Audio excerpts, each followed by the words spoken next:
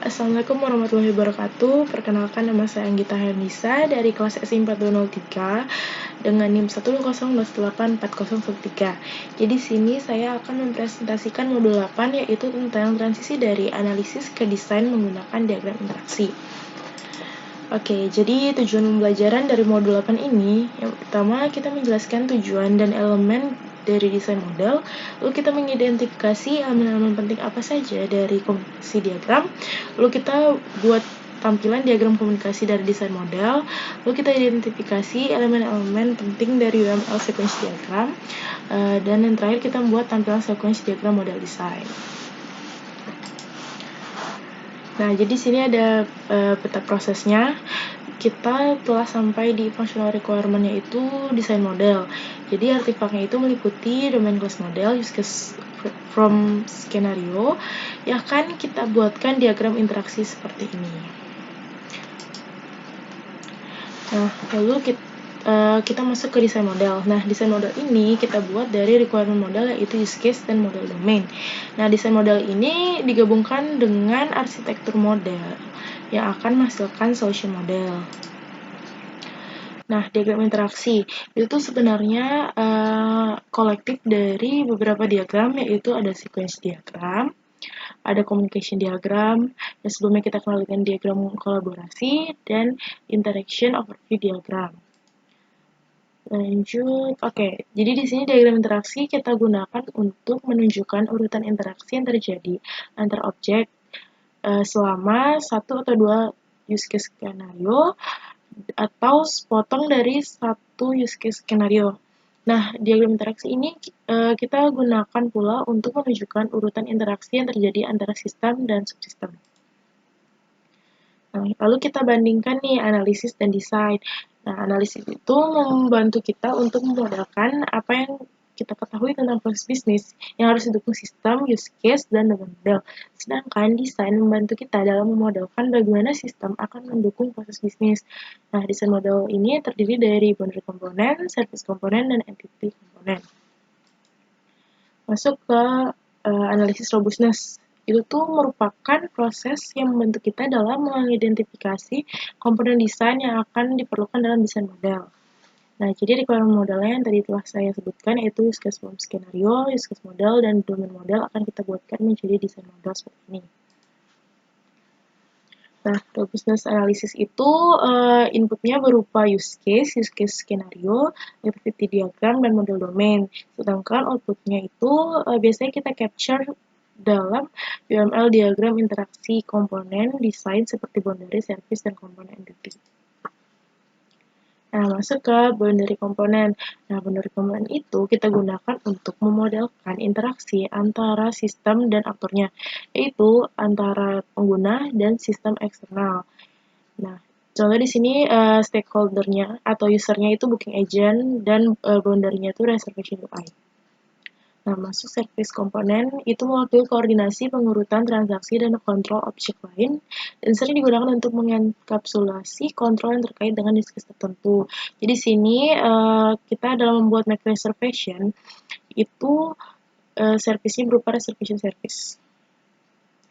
Lanjut ke entity komponen itu kita gunakan untuk memodelkan informasi yang berumur panjang dan sering persisten. Jadi di sini kita tambahkan dengan membuat entity-nya reservation. Nah, antara service dan entity komponen itu service objek akan sering mengontrol objek entity dan service objek dapat mendelegasikan ke objek lain. Nah, kalau komponen boundary dan entity komponen itu biasanya si boundary akan sering mengambil atribut dari si komponen entitas. Proses analisis robustness nih.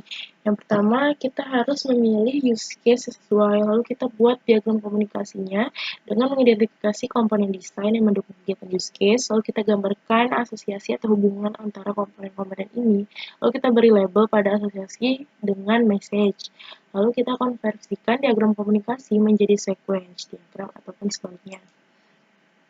Nah, kita mengidentifikasi elemen-elemen diagram komunikasi. Di sini ada object node, ada sequence number, ada message name, ada parameter, dan ada message direction, ada stereotype icon or text, dan ada return object. Nah, ini variasi dari diagram komunikasi sebelumnya. Lalu kita, setelah yang tadi kita sebutkan elemennya, jadi sebenarnya sama aja, cuma di sini arah panahnya lebih ditekankan kalau ada dua, ada panah yang solid yang menggambarkan pesan yang sinkron, dan ada panah yang terbuka atau kosong, itu menandakan pesan yang tidak sinkron.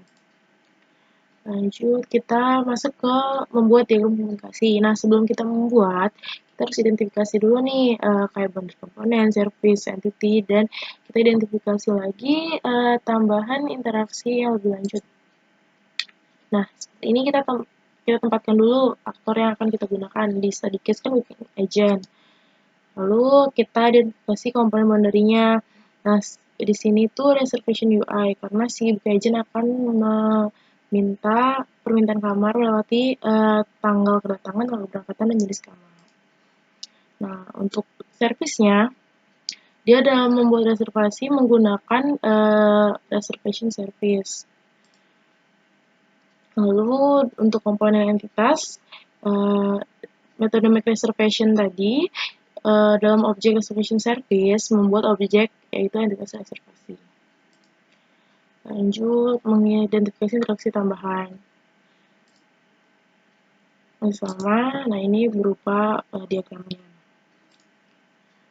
Oke, jadi contoh diagram komunikasi tadi itu sebenarnya ada dua, yaitu ada skenario primer yang menunjukkan itu berhasil, dan satu lagi skenario sekunder yang menunjukkan itu tuh tidak berhasil. Contoh di study case tadi itu kamar yang ditawarkan ditolak oleh booking agent. Nah, ini contoh diagram komunikasi. Contoh diagram komunikasi masuk ke sequence diagram. Nah, sequence diagram ini memberikan perspektif yang berbeda tentang interaksi antar objek. Nah, kita tuh bisa mengonversinya dari atau ke dalam diagram komunikasi. Nah, jadi elemen sequence diagram yaitu ada message, ada object note, ada explicit return, ada activation bar, dan ada lifeline, lalu ada implicit return. Nah, fragmen. Nah, sequence diagram ini mendukung notasi fragmen, di mana ia akan menampilkan urutan loop, akan menampilkan jalur alternatif, lalu mengizinkan dua skenario atau lebih ditampilkan, lalu memungkinkan kita untuk memecah diagram besar menjadi beberapa diagram yang kecil. Contoh fragmen, ini adalah contoh sequence diagram. Masih contoh, dan ini lagi satu contohnya. Nah, oke, jadi simpulannya itu tadi kita membahas bahwa diagram interaksi digunakan untuk mengidentifikasi komponen desain yang memenuhi use case. Lalu interaksi objek dapat divisualisasikan dengan UML, dan secara garis besar tadi kita membahas tentang communication diagram dan sequence diagram. Oke, terima kasih. Jadi apabila ada pertanyaan, boleh komen di bawah. Mohon maaf apabila ada kekurangan. Wassalamualaikum warahmatullahi wabarakatuh.